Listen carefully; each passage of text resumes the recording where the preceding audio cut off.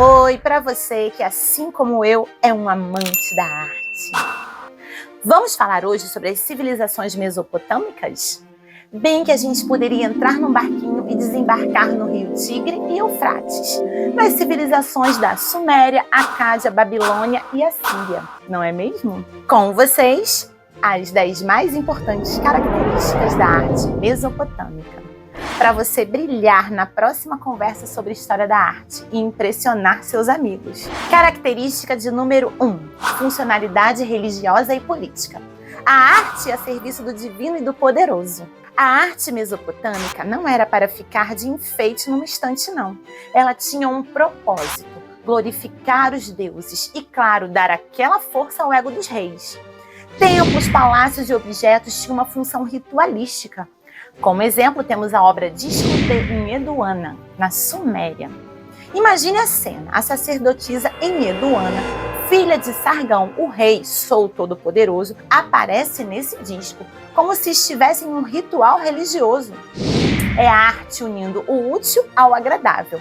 Para eles, claro, religião e política de mãos dadas, exaltando a autoridade sagrada dos governantes e seus representantes. Característica de número 2, representação idealizada do rei e dos deuses.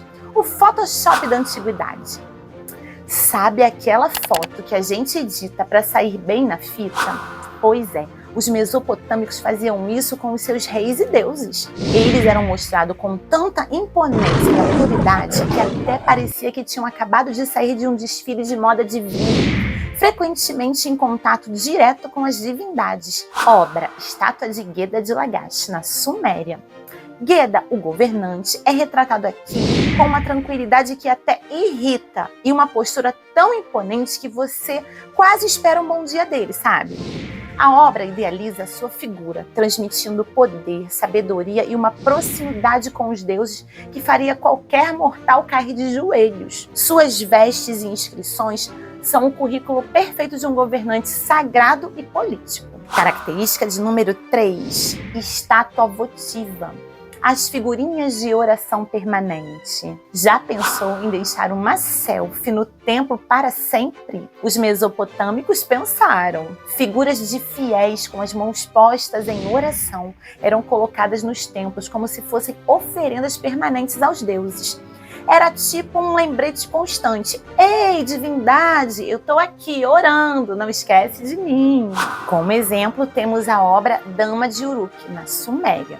Mesmo sendo uma deusa, essa máscara representa uma das mais antigas figurinhas votivas, colocadas em templos. Ela expressa o culto à divindade e a permanência da oferenda espiritual.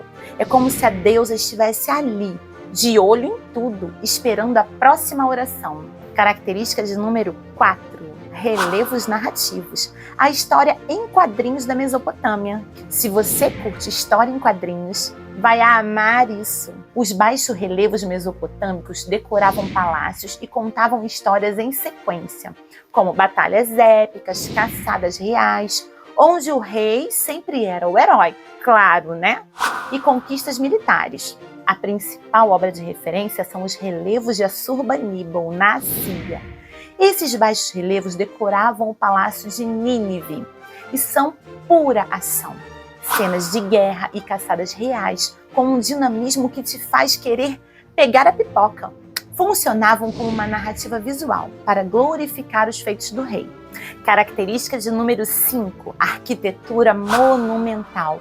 Os arranha-céus sagrados. Quando o assunto era construção, os mesopotâmicos não brincavam em serviço. Os zigurates, templos em forma de pirâmide escalonada, eram um marco na arquitetura religiosa, simbolizando a ligação entre o céu e a terra. E ao contrário das pirâmides egípcias, que eram tipo túmulos de luxo, os zigurates não, eles serviam para reunir fiéis. Como exemplo, temos o zigurate de Ur, na Suméria, feito de tijolos e com escadas externas que te fariam suar. O zigurate de Ur era o centro da vida religiosa, política e até administrativa.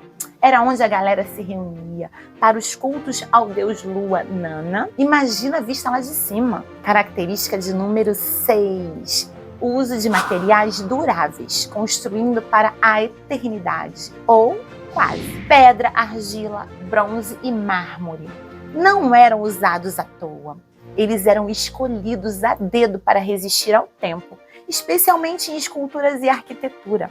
Gente, a obra mais famosa é a Estela de Hammurabi, na Babilônia. Ela é feita em diorito, uma pedra tão dura que deve ter dado trabalho para esculpir.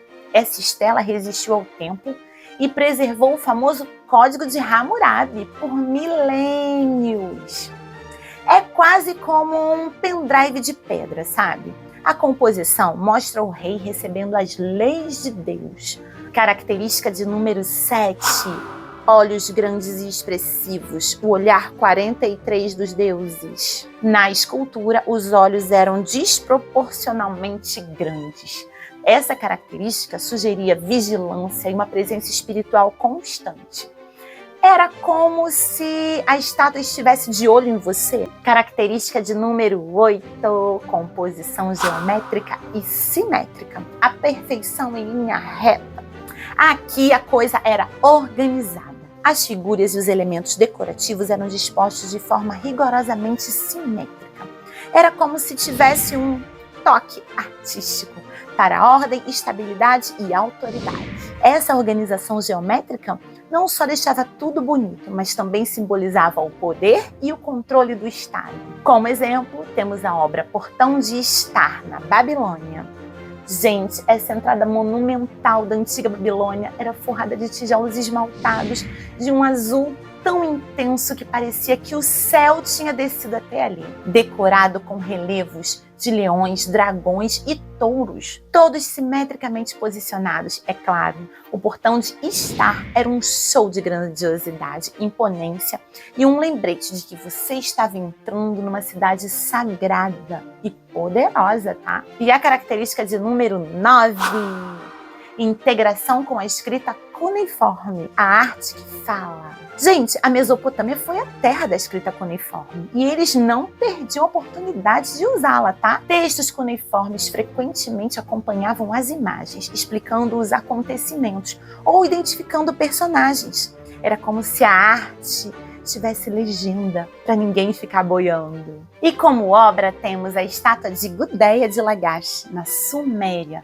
Lembra do Gudea? Pois é, a base da estátua dele não é só uma base, é um pergaminho de pedra.